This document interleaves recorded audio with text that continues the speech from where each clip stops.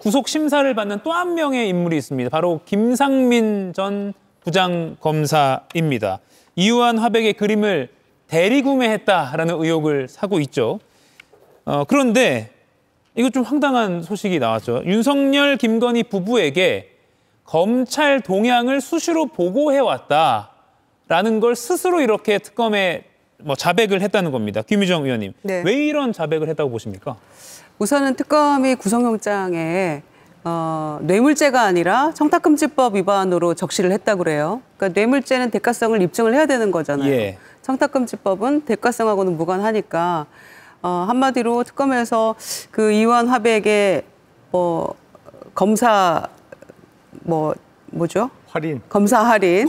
검사 DC. 너무 익숙지 소위. 않으셔서. 네. 네. 그 말도 안 되는 1억 4천만 원짜리 1억 2천에 샀다는 이제 검사 할인. 그러니까 1억이 넘는 거 아닙니까? 예. 그러면 뇌물죄에서 1억이 넘으면 특가법상 무기 또는 징역 10년 이상 이렇게 되더라고요. 예. 그러니까 굉장히 죄가 중해지는 것이고 그렇게 되면 적용되면 윤석열, 김건희 그 부부도 종범, 공범 이렇게 정범, 공범 이렇게 되더라고요. 그러니까 어떻게든 뇌물죄를 피하고 매간매직은 안 했다라는 것을 강조하기 위해서, 주장하기 위해서 본인이 내가 당선되고 나서 월 1회 동양보고를 했다는 거잖아요. 계속해서 동양보고하고 그다음에 이른바 준리 의혹, 도이치모스 주가 조작 사건에 대한 수사 동향 이런 것들 다 보고했다는 것이기 때문에 내가 이렇게 열심히 해서 물론 그 행위는 부적절했지만 열심히 해서 인정받아서 내가 국정원에 법률특보를 간 거예요.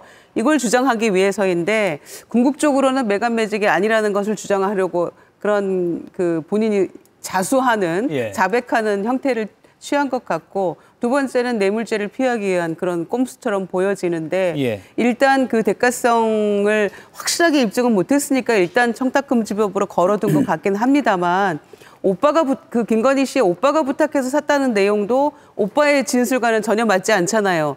그게 장모댁에서 발견이 됐을 때 그 그림 또 다른 목걸이, 팔찌 이런 것들 다 나왔고 현금 1억이 나왔잖아요. 그때 그 오빠의 진술은 1억은 내 돈이고 나머지는 모르겠다였어요. 그런데 어떻게 오빠의 부탁으로 그 그림을 샀다는 진술을 우리가 신빙성 있게 받아들일 수 있는지 여러 가지 문제가 노정돼 있고요. 그래서 일단은 뇌물이 아니라는 걸 주장하기 위해서 일단 본인이 마이너스를 감수하고 내가 이렇게 동양보고를 했다라고 실토한 게 아닌가 싶습니다.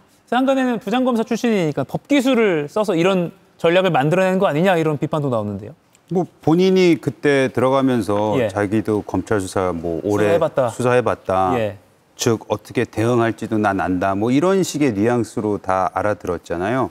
그래서 이런 얘기를 하면서 어떤 득을 취하기 위해서 이런 그 진술을 했는지 모르겠으나 얘기를 들어보면 나 능력 있다. 나 진짜 일 열심히 했다.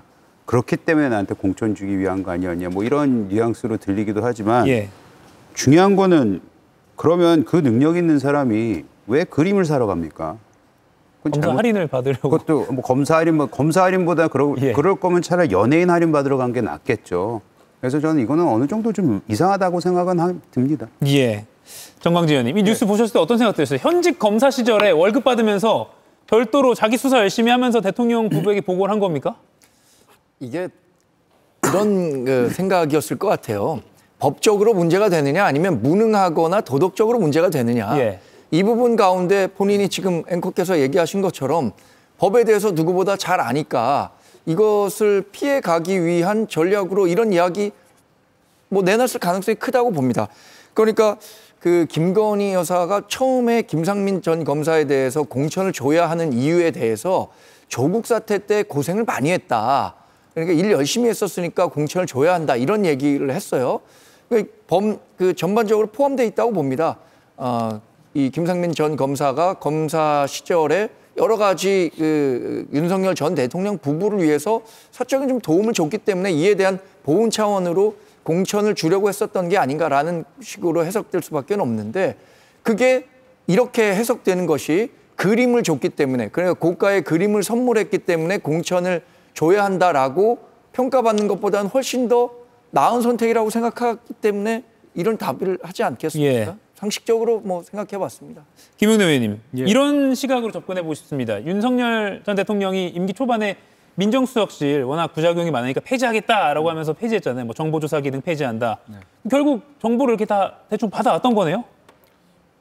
뭐 김상민 전 검사의 주장이 사실이라면 그런 거죠. 공식적으로 그런 어떤 공직사회에 대한 감찰 기능을 담당할 민정수석실은 정작 없애면서 사적인 그 인연을 통해서 검찰의 동향 보고를 대통령뿐만 아니라 대통령의 영부인까지 이제 뭐랄까요, 비선 조직을 통해서 받았다?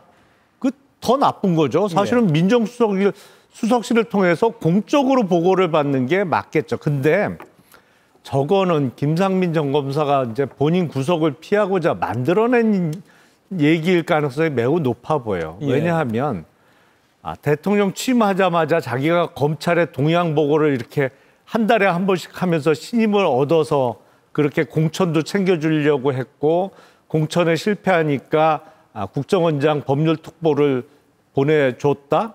아니, 대통령 취임 전후로 해서 누가 뭐래도 윤석열 검찰총장 시절부터 시작해서 윤석열 대통령 취임 이후에 한참 동안은 누가 뭐래도 최측근은 한동훈 법무부 장관이에요. 김상민 전 검사가 부장급인데 검찰 동향을 한동훈 당시 법무부 장관보다 자기가 더 잘 알아요? 뭘 안다고 보고를 해요? 별도로. 택도 없는 소리입니다, 정말. 요새 검찰이 수사 개시권도 없앤다고 하고 이런저런 그 개혁의 대상으로 지목이 돼서 어려움을 많이 겪고 있는데, 저런 잘못된 사람 몇몇이 다 망가뜨린 거예요, 사실은.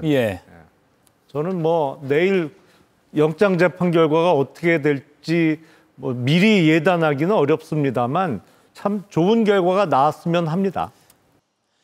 이가혁 라이브를 시청해 주셔서 고맙습니다. 이가혁 라이브는 평일 오후 5시 TV와 유튜브로 실시간으로도 함께 하실 수 있습니다.